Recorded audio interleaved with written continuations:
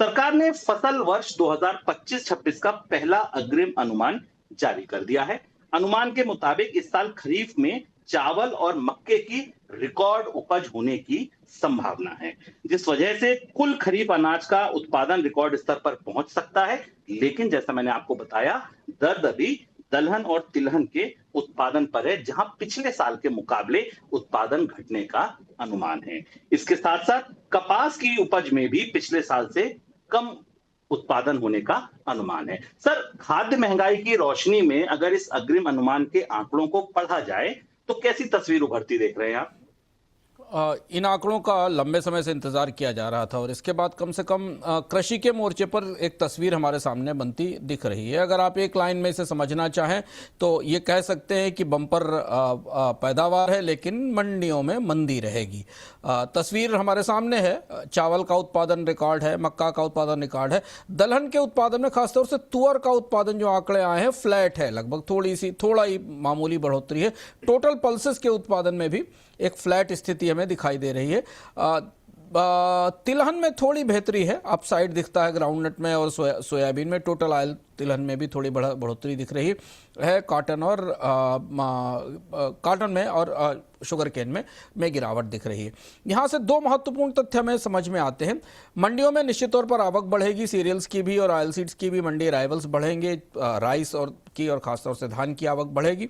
लेकिन अब यहाँ से जो बड़ी चुनौती सरकार के लिए शुरू होगी वो ग्रामीण इलाकों में आय घटने की होगी। महंगाई के स्तर पर तो आरबीआई के लिए मैदान साफ है, मतलब आप ये कह सकते हैं आरबीआई तुम आगे बढ़ो, ब्याज दरें घटाओ, महंगाई तुम्हारे साथ है वाली स्थिति है।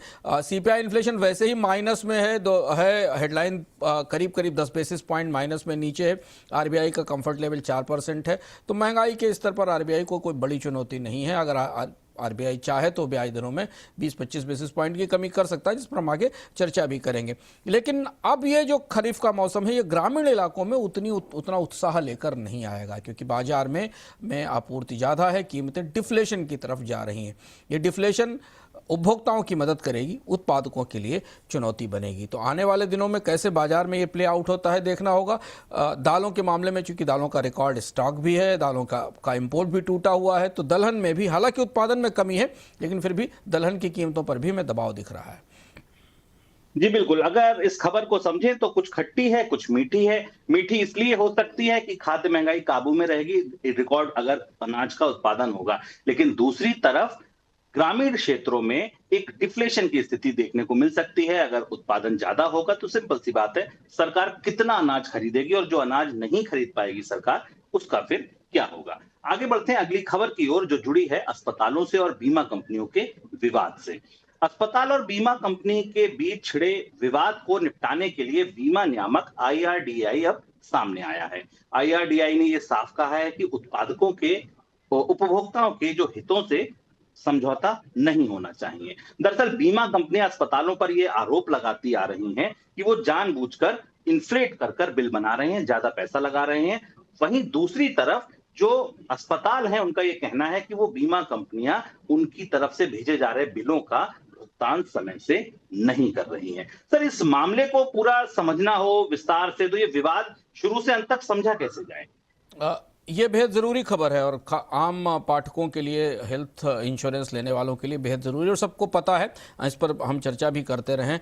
दिक्कत ये थी कि हॉस्पिटल्स का कहना था कि इंश्योरेंस कंपनियां उनको समय पर पैसे नहीं देती, जबकि उनके बिल भुगतान फंसे रहते हैं और कम पैसे देती हैं, क्योंकि उन्होंने जो रेट तय कर रखे हैं उन्हीं रेट्स पर पैसे देती हैं। अस्पतालों ने धमकी दी कि बजाज अलायंस के हेल्थ इंश्योरेंस के क्लेम बंद कर देंगे। कैशलेस क्लेम बंद भी हो गए कई जगह।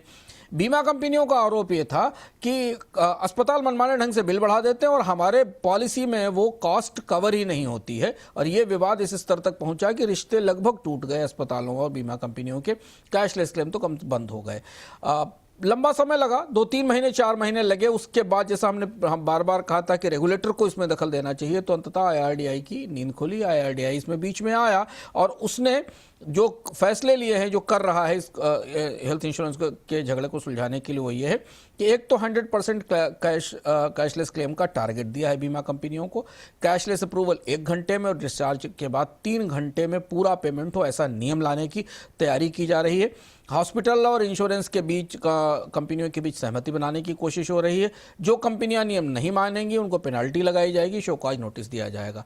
जो बड़ा प्लान है IRDAI का वो ये है कि सभी इंश्योरेंस कंपनियों, ध्यान दीजिएगा, बहुत महत्वपूर्ण बदलाव अगर हो जाता है, क्योंकि अभी इसमें काफ़ी ऊहापोह और असमंजस है, किंतु परंतु है, लेकिन सभी कंपनियों के लिए एक सी हॉस्पिटल लिस्ट और एक जैसे इलाज के रेट आएंगे। भारत में आयुष्मान भारत में ये व्यवस्था बनी हुई है, इसे लागू किया जा सकता है। दूसरी चीज़ है कि नेशनल हेल्थ क्लेम्स एक्सचेंज को जल्दी लागू करने की तैयारी है, ताकि इस एक्सचेंज पर सारे क्लेम्स एक साथ सेटल हो जाएं। और दूसरा, एक इलाज के स्टैंडर्ड पैकेज तय होंगे जिससे कि मनमाने बिल नहीं चलेंगे। लेकिन इसके लिए अस्पतालों को तैयार करना मुश्किल होगा IRDAI के लिए, क्योंकि अस्पतालों, कॉर्पोरेट हॉस्पिटल्स की इलाजों की लागत ज़्यादा है। स्वाभाविक सी बात है कि मरीजों को कैशलेस हर जगह मिलेगा।